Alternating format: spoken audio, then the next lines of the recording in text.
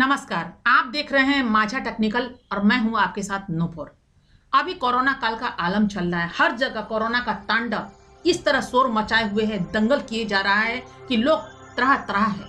Hospital से ले लीजिए, घरों से ले लीजिए, चौक चौराहों की बात करें, हर आदमी जा रहा है अपनी हथेली में जान को लेकर, जैसे जान किसी के पास गिरवे पड़ा हो। और कुंभकर्ण की ही बात करेंगे कि जैसे लग रहा है कोरोना ना होगा, कुंभकर्ण हो गया, कि फिर दोबारा जागा है और जा करके लोगों को तरह तरह कर रहा है। लोग इस तरह गुम होते चले जा रहे हैं, एक एक घर से इस तरह बीमारियां उत्पन्न होती चली जा रही एक दूसरे से।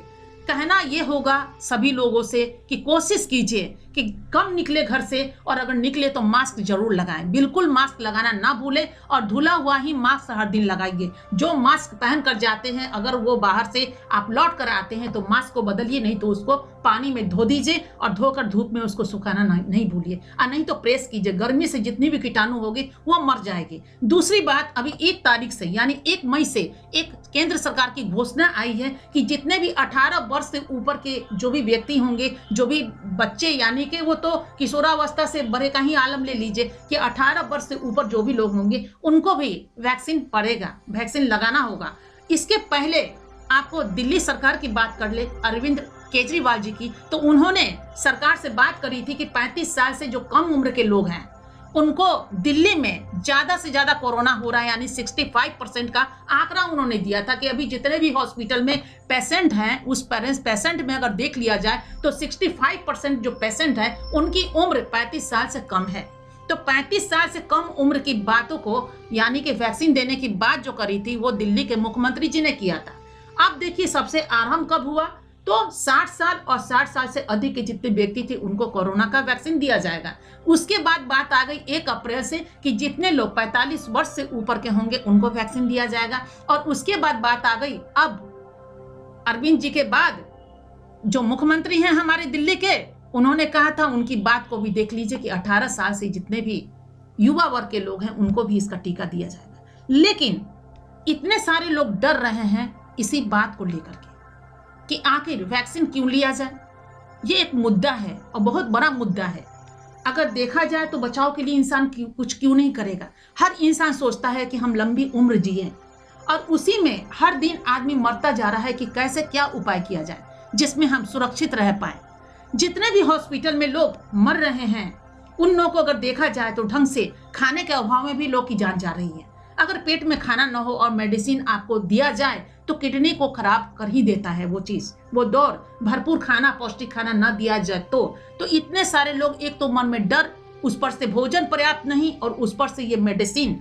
जबकि अभी देखिएगा कि वैक्सीन बनाने वाले सीईओ जो हैं, यानी कंपनी के सीईओ की बात करें, उनका अभी एक आया था साक्षात्कार जिसमें उन्होंने स्पष्ट कहा था कि वैक्सीन के विषय में, यानी जब कुछ डॉक्टरों को भी इसका टीका लेने के बावजूद उनकी मृत्यु हुई है। ये चीज हम आपको दिखा रहे हैं इमेज, आप इस इमेज को भी देखिए। और उसके बाद मैं आपको बताती हूँ कि अभी परेश रावल जो हैं, आपको बॉलीवुड अभिनेता, उन्होंने तो कोरोना का डोज लिया था, उसके बाद उनको कोरोना हो गया। तो इस तरह की जो प्रसंग आ रही है, अभी देख लीजिए कि चंद दिनों की बात हम बता रहे हैं कि दक्षिण के हीरो जो थे विवेक, वो कोरोना का टीका लिए 2-3 दिन के बाद उनकी मृत्यु हो गई। इस तरह जो भी आ रहा है न्यूज, वो लोग देखते जा रहे हैं कि इस तरह लेने के बाद आखिर जिसने 2 डोज लिया उनकी मृत्यु क्यों हुई, जिन्होंने डोज लिया उनके बाद कोरोना क्यों हुआ।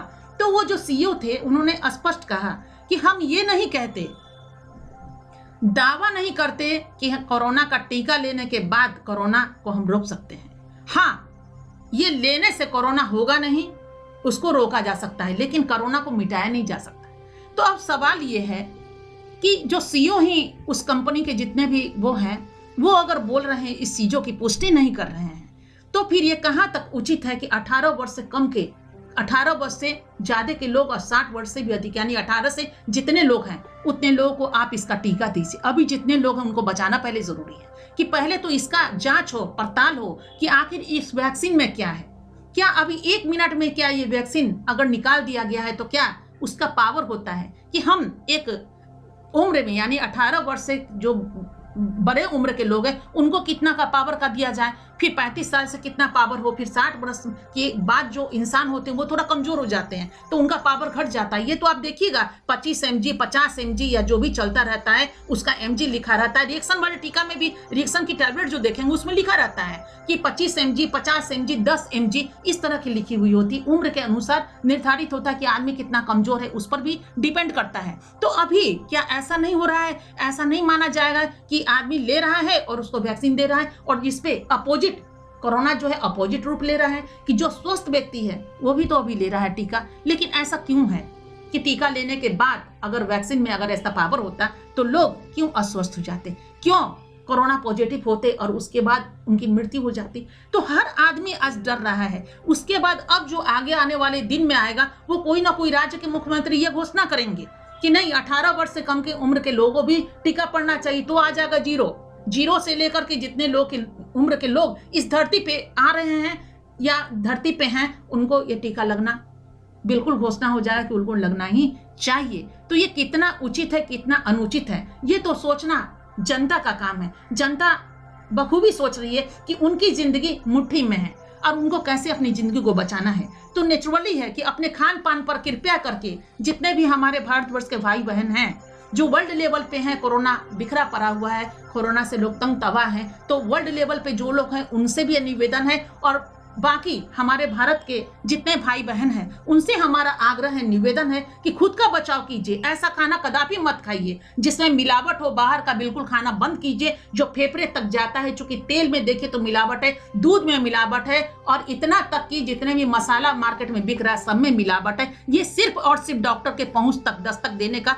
एक प्रक्रिया अपनाया गया है जिसमें लोग अस्वस्थ होते जा रहे हैं। नहीं, ये हम कदापि ये नहीं कहते कि मास्क लगाकर नहीं जाइए, बिल्कुल मास्क लगाकर जाइए, लेकिन आप तभी लड़ पाएंगे किसी भी चीज से जब आप बलशाली बनेंगे। जिम में क्यों जाते हैं? इसलिए कि ताकतवर बने, हेल्दी हो, ताकि हम किसी से लड़ सकें या कोई चीज उठा सकें, मेरे में उतनी पावर हो, या सामान को उठा करके हम रेलवे स्टेशन पर हो या एयरपोर्ट पे हो कहीं भी उस चीजों का सामना कर सके तो आप बलशाली बनते हैं। तो बलशाली बनने के लिए आप जब तक अपने दिल को मजबूत नहीं बनाएंगे, यानी अपने फेफड़ा जो है गलत चीजों से रिएक्शन से फेफड़ा में अंदर जो है गंदगी पैदा होती है और उसके बाद आदमी फेफड़ा इतना डैमेज हो जाता है कि आदमी का कहते हैं बचाना बड़ी मुश्किल हो जाता है। और एक तो खान पान में बिल्कुल ध्यान देना चाहिए। जो लोग हैं वो कृपया कर अगर पॉजिटिव आता है कोरोना तो घर में आइसोलेट होइए और घर में उपचार कीजिए, एहतियात बरतिए। बिल्कुल 110% दावा किया जा सकता है कि घर में अगर एहतियात बरतेंगे तो आप सुरक्षित रहेंगे। लेकिन हॉस्पिटल में अगर आप पहुंच गए ना,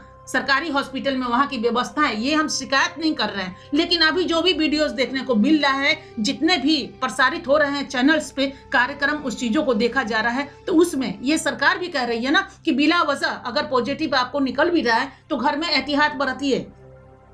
बहुत ज्यादा अगर गंभीर हो तो आप जाइए, चूंकि वहां भी भीड़ लगी है, वहां भी बेड की कमी है और इसके कारण डॉक्टर्स ढंग से इलाज नहीं कर पाते। जहां 10 डॉक्टर हैं और रोग आ रहा है 100-200 तो वहां एक डॉक्टर बेचारा करे भी तो करे क्या, तो वो खुद परेशान है। तो इस परेशानी में उनको ना डालिए और अपने हाथ को बिल्कुल ही अपनी जिंदगी को अपने हाथ में समेट करके घर में आइसोलेट होइए और सुरक्षित रहिए। और दावा के साथ किया जा सकता है कि अगर आप खान पान में थोड़ी तब्दीली लाएंगे, थोड़ी सी फ्रिज का पानी बंद कीजिए, मत पीजिए। अभी कोरोना काल का चल रहा है तो सुसम पानी पीजिए, नींबू जहां तक हो विटामिन सी होता है उसका आप इस्तेमाल कीजिए, इस तरह का इस्तेमाल कीजिए और पौष्टिक आहार कीजिए। और ये बिल्कुल आपके लिए शुभकामना है कि एहतियात बरतिए और घर में रहिए, सुरक्षित रहिए, सोशल डिस्टेंस का पालन कीजिए और फिजूल में आप बाहर मत निकलिए। 2-4-5 महीने की बात है, बिल्कुल फिर पहले जैसा ही गुलाबी भोर होगा, इंद्रधनुषी सुबह खिलेगी, फिर हम लोग वैसे के वैसे ही काम करेंगे। जीना बहुत जरूरी है, जिंदगी बहुत कीमती है, दोबारा नहीं मिलेगी,